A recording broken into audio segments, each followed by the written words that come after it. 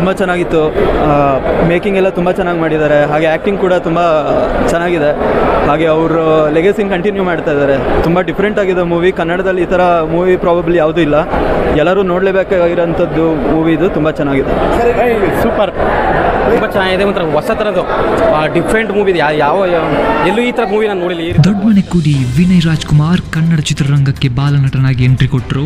ಬೆರಳೆಣಿಕೆ ಸಿನಿಮಾಗಳಲ್ಲಿ ಮಾತ್ರ ಕಾಣಿಸಿಕೊಂಡಿದ್ರು. ಅದಾದ ಬಳಿಕ 2015ರಲ್ಲಿ ಪಾರ್ವತಮ್ಮ ರಾಜ್ಕುಮಾರ್ ನಿರ್ಮಾಣದ ಸಿದ್ಧಾರ್ಥ್ ಚಿತ್ರದ ಮೂಲಕ ನಾಯಕನಾಗಿ ಪಾದಾರ್ಪಣೆ ಮಾಡಿದ್ರು.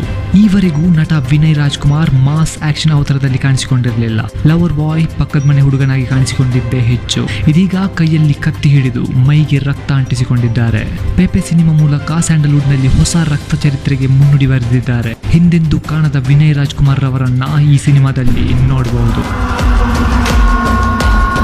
ಇವರ ಹೊಸ ಅವತಾರಕ್ಕೆ ಮಾರು ಹೋಗುವಂತಾಗಿದೆ.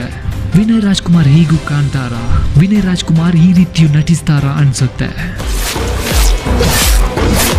ಈ ಚಿತ್ರ ನೋಡಿದ ಫ್ಯಾನ್ಸ್ ಅಂತೂ ಹುಬ್ಬೇರಿಸಿದ್ದಾರೆ. ಟೋಟಲ್ ಆಗಿ ಈ ಚಿತ್ರದ ಬಗ್ಗೆ ಹೇಳೋದಾದ್ರೆ ಬೆಂಕಿ ಅಂತಾನೆ ಹೇಳ್ಬೋದು. ಈ ಚಿತ್ರವನ್ನು ನೋಡಿದ ಫ್ಯಾನ್ಸ್ ಅಂತೂ ವಿನಯ್ ರಾಜ್ಕುಮಾರ್ ಅವರನ್ನ ಈ ರೀತಿ ಮೊದಲು ನೋಡೇ ಇಲ್ಲ ಅಂತಾನೆ ಹೇಳ್ತಿದ್ದಾರೆ. ಚಿತ್ರದುದ್ದಕ್ಕೂ ಬ್ಯಾಕ್ ಗ್ರೌಂಡ್ ಮ್ಯೂಸಿಕ್ ತುಂಬಾನೇ ಕಾಡುತ್ತೆ.